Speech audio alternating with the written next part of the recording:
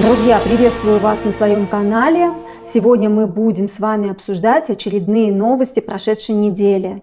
Несмотря на то, что Словения считается очень безопасной страной, но все-таки криминальные события здесь тоже случаются.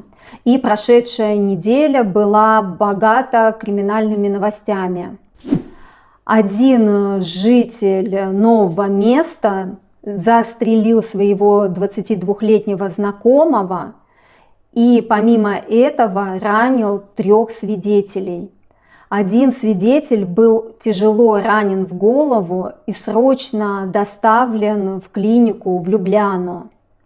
А сам преступник скрылся с места преступления, прихватив с собой оружие. И всю ночь полицейские пытались его найти. Были оцеплены абсолютно все близлежащие дороги. К утру его поймали, им оказался достаточно молодой мужчина, всего лишь 25 лет ему. Ранее он неоднократно привлекался за нарушение общественного порядка, за грабежи и вымогательство. Удивительно, что этот человек должен был стоять на учете в полиции, и непонятно, каким образом он имел право на оружие и где он его достал. Вторая кровавая новость произошла в центре Марибора, в городском парке в ночь на воскресенье. Была обнаружена молодая 20-летняя девушка в луже крови. У нее был отрезан большой палец на руке, изуродовано лицо до неузнаваемости, также повреждено ухо и были нанесены ножевые ранения в живот. Сейчас борются за ее жизнь в городской больнице. Сначала под подозрение у полиции попали нелегальные иностранцы, но потом выяснилось, что нападавшим был ее 22-летний знакомый. Непонятно, что между ними произошло, почему он так изуродовал свою знакомую. Он хотел скрыться с места преступления незамеченным, но потом вспомнил, что забыл рюкзак, вернулся за этим рюкзаком, и, видимо, кто-то его заметил, обратил на него внимание и сообщили опознавательные знаки в полицию.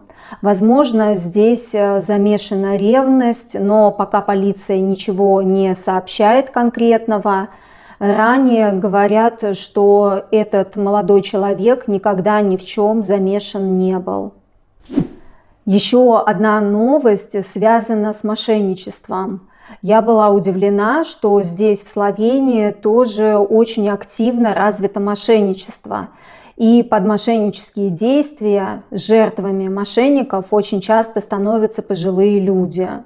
В одном из домов престарелых незнакомые уговаривали пожилую женщину снять с банковского счета 10 тысяч евро. И она им поверила, не знаю, каким образом они ее убедили.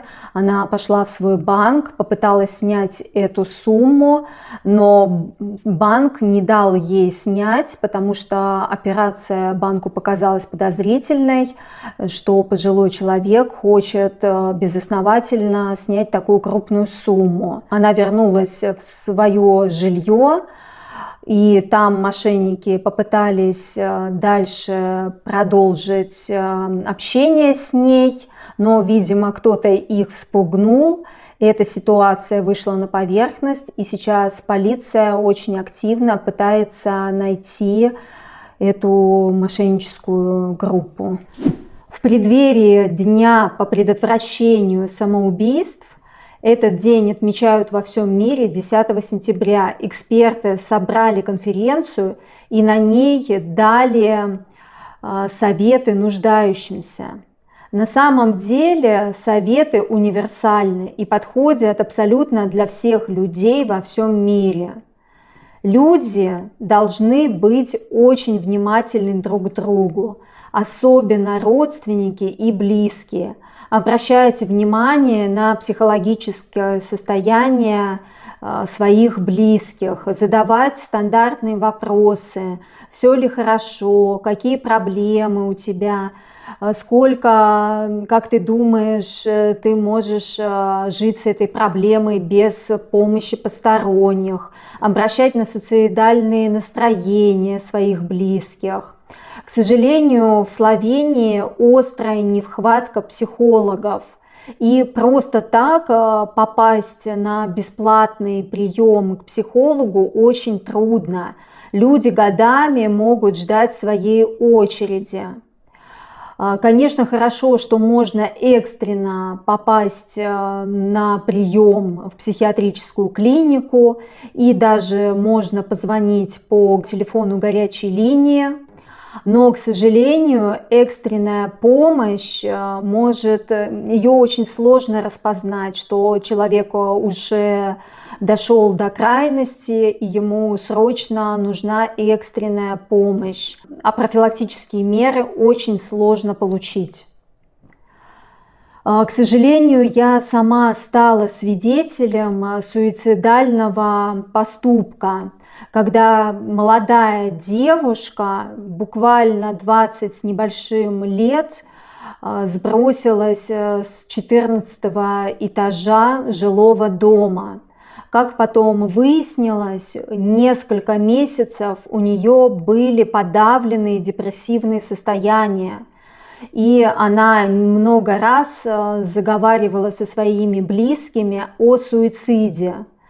Но в России, видимо, не принято придавать большого значения к таким настроениям, и друзья и родственники пытались ее развеселить различными подарками. К сожалению, это не помогло, и молодая девушка закончила жизнь самоубийством. В Словении тоже каждый год растет количество самоубийств. Например, в 2021 году 432 человека покончили жизнь самоубийством. Мне кажется, это очень много для такой маленькой страны. Из этих 432 человек 338 человек были мужчины, а 94 человека это были женщины. Кстати, интересно, что эксперты выяснили, что в период коронавируса количество самоубийств не увеличилось, но увеличилось количество психиатрических заболеваний. Интересно, что Всемирная конференция по предотвращению самоубийств пройдет в следующем году в Словении, в городе Пиране. Следующая новость будет приятной, по крайней мере для меня. В Любляне с середины июля начала работать компания по предоставлению в аренду электросамокатов. Этому, конечно, я не очень рада, я вообще не люблю электросамокаты, но сопутствующая новость очень хорошая, что словенское государство приняло закон, ограничивающий скорость электросамокатов на пешеходных дорожках. Их скорость не должна будет превышать 5 км в час. А также они не должны мешать пешеходам. И помимо этого, руководство города Любляны запрещают вождение скутеров и различных мотоциклов по пешеходным дорожкам. Закон должен вступить в силу с 1 октября, чему я очень рада. Наверняка вы знаете, что в Любляне очень развита система бицикль, через которую можно взять на прокат велосипед. Они находятся, эти велосипеды, по всему городу. Можно взять велосипед на прокат в одном месте, доехать до другого места и там его закрепить. И представляете, что в прошлом году, в прошлом 2021 году через систему бицикль взяли велосипедов в аренду 1 миллион 47 тысяч 69 раз. А в этом году уже к августу взяли 870 тысяч 313 раз. Это очень удобная система, которая отлично заменяет общественный транспорт.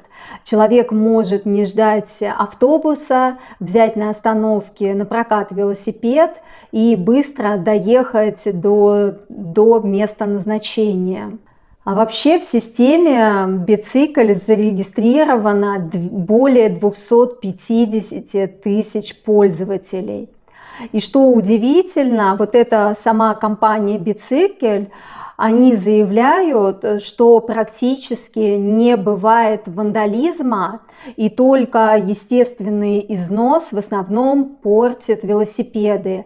И еще ни разу эта компания не выставляла кому-либо счет за поломку. Друзья, на этом я заканчиваю выпуск новостей. Напоминаю, не забывайте, пожалуйста, подписываться на канал, ставить лайки и писать свои мысли в комментариях. Мне всегда очень интересно читать, о чем вы думаете. Все, до новых встреч, пока!